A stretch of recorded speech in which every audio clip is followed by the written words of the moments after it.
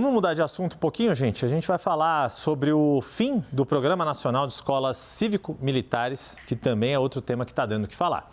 O Conselho Nacional dos Secretários de Educação afirma que já esperava esse encerramento, essa medida por parte do governo federal e que o impacto na vida real será baixo na avaliação dos responsáveis pela gestão das escolas nas redes públicas estaduais, nas 27 unidades da federação. Quem vem com a informação, Leandro Rezende, que conversou, e Tainá Falcão também, junto para a gente falar desse assunto.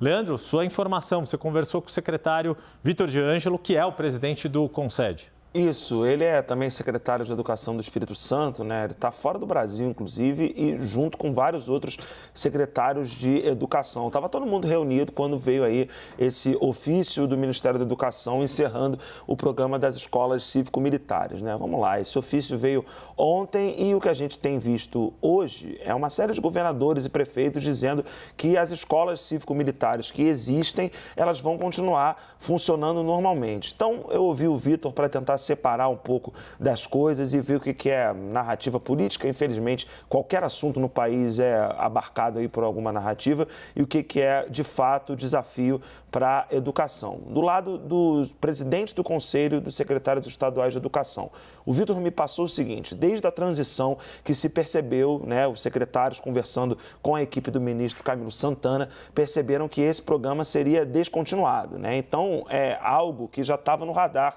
dos gestores da educação pelo país. Outra coisa, eles avaliam que o projeto, quando foi anunciado pelo governo Bolsonaro, ele previa investimentos muito grandes que, de fato, nunca chegaram até os estados. No limite, o que ele avalia é que o impacto do fim desse programa ele vai ser muito reduzido sobre a educação básica brasileira, sobre as escolas públicas brasileiras. E aí, já trazendo um dado que foi passado pelo ministro Camilo Santana, 0,15% das escolas públicas do Brasil, das 138 mil escolas públicas do Brasil, são desse modelo cívico-militar. É um número muito baixo, mas, e aí volto para a conversa que tive com o Vitor de Ângelo, presidente do CONSED, é necessário, sim, que o governo faça um plano de transição dessas escolas, né, para um outro modelo, para que esses alunos não fiquem sem atividades escolares e que se entenda melhor como que vai ser o encerramento desse programa. Na prática, o que ele avalia é de que o impacto no dia a dia da educação é ínfimo.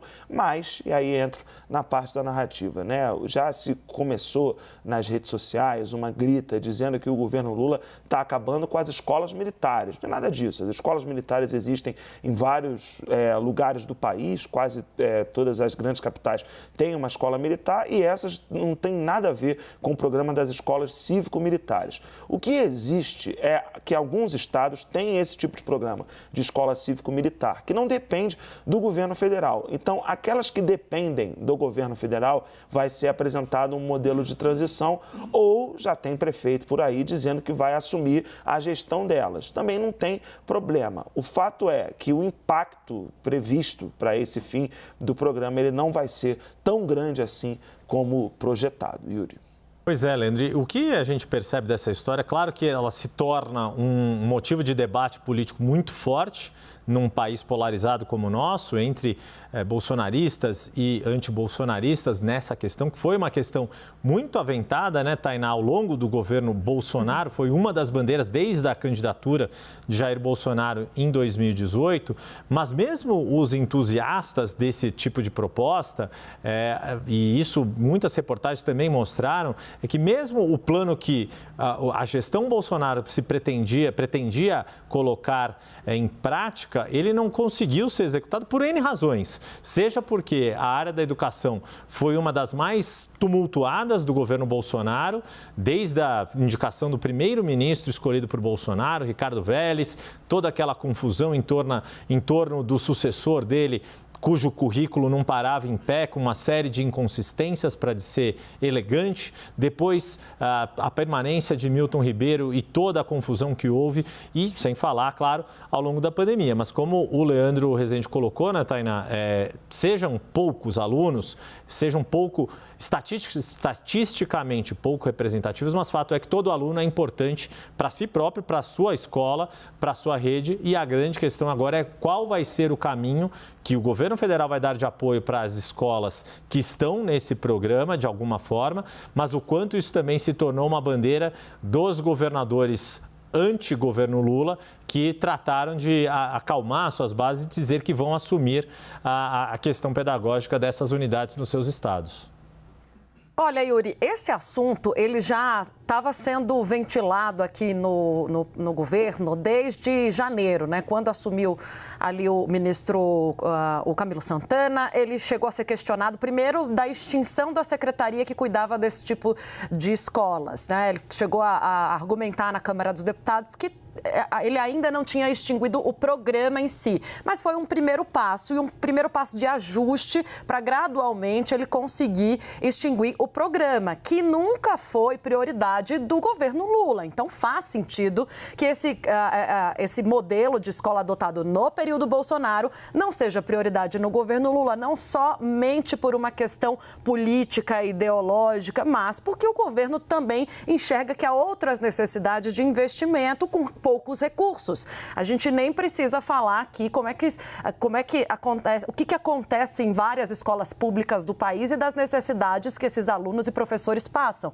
Necessidade de maiores salários dos professores, de uma estrutura melhor das escolas, até merenda a gente chega a noticiar que falta em escolas públicas. Então, são várias as necessidades que, na visão do governo Lula, são prioridades à frente da formação dessas escolas cívico-militares. Para além disso, para não dizer que foi feito apenas por uma questão política, o governo fez um documento para apresentar publicamente.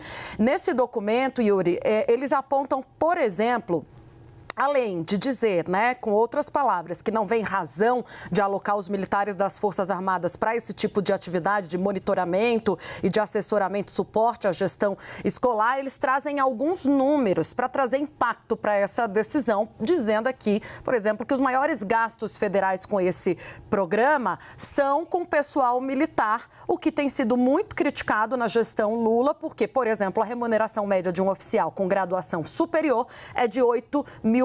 E aí, só para terminar, um apontamento feito pelo estudo. Pouquíssimos diretores de escolas em que eles atuam, em que os militares estavam atuando, alcançam isso como salário, diz a justificativa do Ministério da Educação. E aí a gente coloca um ponto que você iniciou a sua avaliação, a sua análise, né? O quanto a questão de remuneração de todos os profissionais da educação ainda é um grave problema nesse país. Obrigado, Tainá. Obrigado, Leandro.